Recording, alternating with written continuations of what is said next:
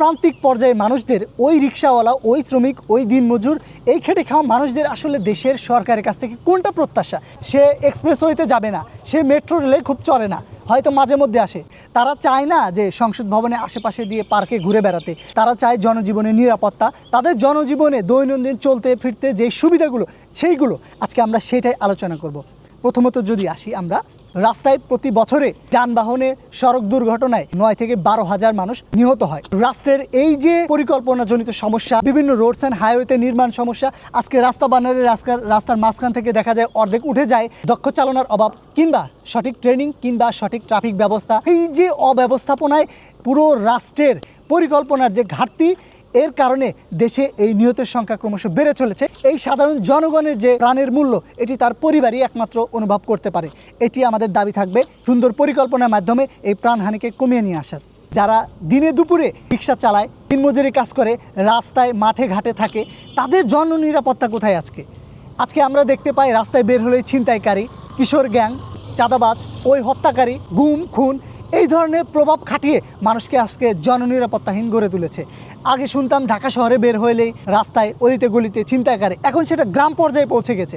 আজকে দেখা যায় যে গ্রামের ছোট একটা চেয়ারম্যান হোক কিংবা মেম্বার হোক কিংবা রাজনৈতিক দলের একটি পোস্টের ব্যক্তি হোক, তার কাছে অস্ত্রের ভাণ্ডার থাকে, তার কাছে মাদকের ভাণ্ডার থাকে। মানুষ মাদকাসক্ত হয়ে তারা সেন্সলেস হয়ে যায়। ছিনতাই করবে না কি করবে? অর্থের যোগান তো দরকার। অর্থের যোগান দিতেই কিশোর গ্যাং, এই গ্যাং, ওই গ্যাং, এইভাবে মানুষ ক্রমান্বয়ে দুর্বৃত্তের দিকে ধাবিত হচ্ছে। এই বিষয়গুলো থেকে জাতি পরিত্রাণ পাবে কবে? ঢাকা শহরে কিছুদিন পর পরে শুনি এই বিল্ডিং ধসে পড়েছে, এই ফ্যাক্টরিতে আগুন, এই বিল্ডিংয়ে আগুন। মৃত্যুবরণ করে কারা?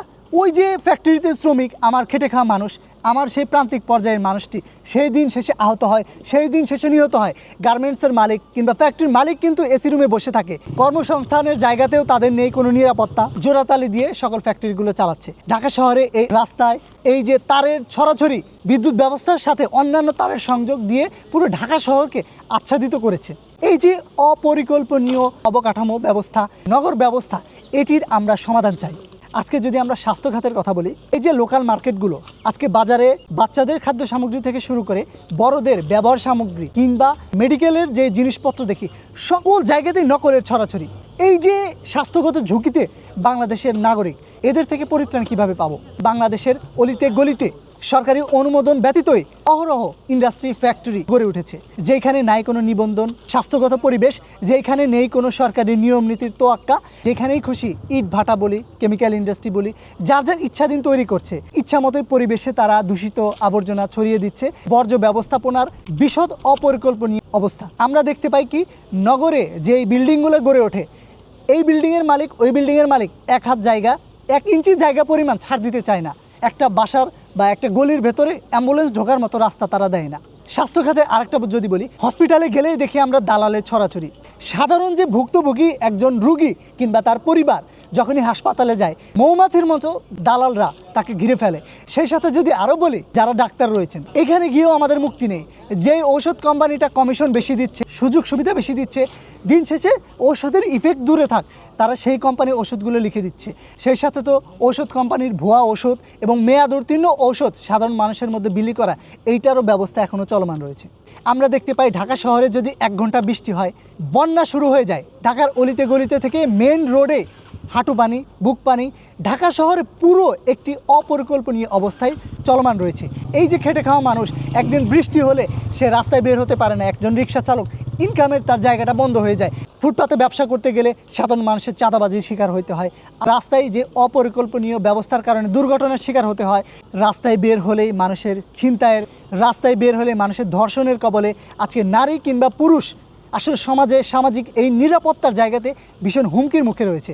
আমরা সেই এলিট পার্সনদের কথা বলবো না আজকে, সেই এসি রুমে বসে থাকা ব্যক্তিদের কথা বলবো না আজকে। এই যে 20 কোটি জনগণের 70% কিন্তু গ্রামীণ জীবন বসবাস করে। খেটে খাওয়া দিনমজুর মানুষের সংখ্যা বেশি। এই যে মানুষগুলোর, শ্রমিক হোক, দিনমজুর হোক, রিক্সা চালক হোক কিংবা ফুটপাতে ব্যবসায়ী হোক, এই মানুষগুলোর দৈনন্দিন জীবনে এই বিষয়গুলো থেকে তারা পরিত্রাণ চায়। তারা সুন্দর সুস্থভাবে আসলে জীবনযাপন করতে চায়। এই কারণেই মানুষ সরকারকে ভোট দেওয়া, এই বিষয়গুলোই সরকারের কাছ থেকে মানুষের প্রত্যাশা। আমরা জোর দাবি জানাচ্ছি সেই সাধারণ মানুষের নিরাপত্তা, মানুষের স্বাস্থ্য ব্যবস্থা, মানুষের যাতায়াত ব্যবস্থা, মানুষের ইন্ডাস্ট্রিতে নিরাপত্তা, মানুষের ফুটপাতে নিরাপত্তা, এই বিষয়গুলো যেন নিশ্চিত করা হয়। সর্বোপরি সাধারণ নাগরিক কিংবা সাধারণ শিক্ষার্থী হিসেবে রাষ্ট্রের কাছে, সরকারের কাছে আমাদের দাবি দেওয়া, আমরা এমন একটি প্রতিরক্ষা ব্যবস্থা দেখতে চাই যেখানে সীমান্তে ফাঁকা গুলি বর্ষণেও অন্তত যেন প্রতিবেশী রাষ্ট্র 10 বার ভাবে। আমরা একটি সমৃদ্ধশালী অর্থনৈতিক ব্যবস্থা দেখতে চাই। আমরা চাই ডাটাবেজের সুরক্ষা, এখানে বাংলাদেশের নাগরিকদের তথ্য ডাটাবেজগুলো সুরক্ষিত থাকবে। আমরা চাই গোয়েন্দা বিভাগের উন্নয়ন। এই দুর্বল গোয়েন্দা সংস্থা দিয়ে আসলে দেশ এগোতে পারবে না। দেশের যে সহিংসতা, এটি কমানো সম্ভব নয়। আমরা মনে করি গোয়েন্দা ব্যবস্থার উন্নয়নের মাধ্যমে একটি দেশের সহিংসতাকে অনেকাংশেই কমিয়ে আনা যায়। পরিশেষে আমরা এই প্রান্তিক মানুষের কথা চিন্তা করি, তাদের জন্য কথা বলি, তাদের জন্য কথা বলবো এবং সরকারের প্রতি আহ্বান রাখবো এই প্রান্তিক পর্যায়ে মানুষের জন্য এই সুবিধাগুলো নিশ্চিত করা।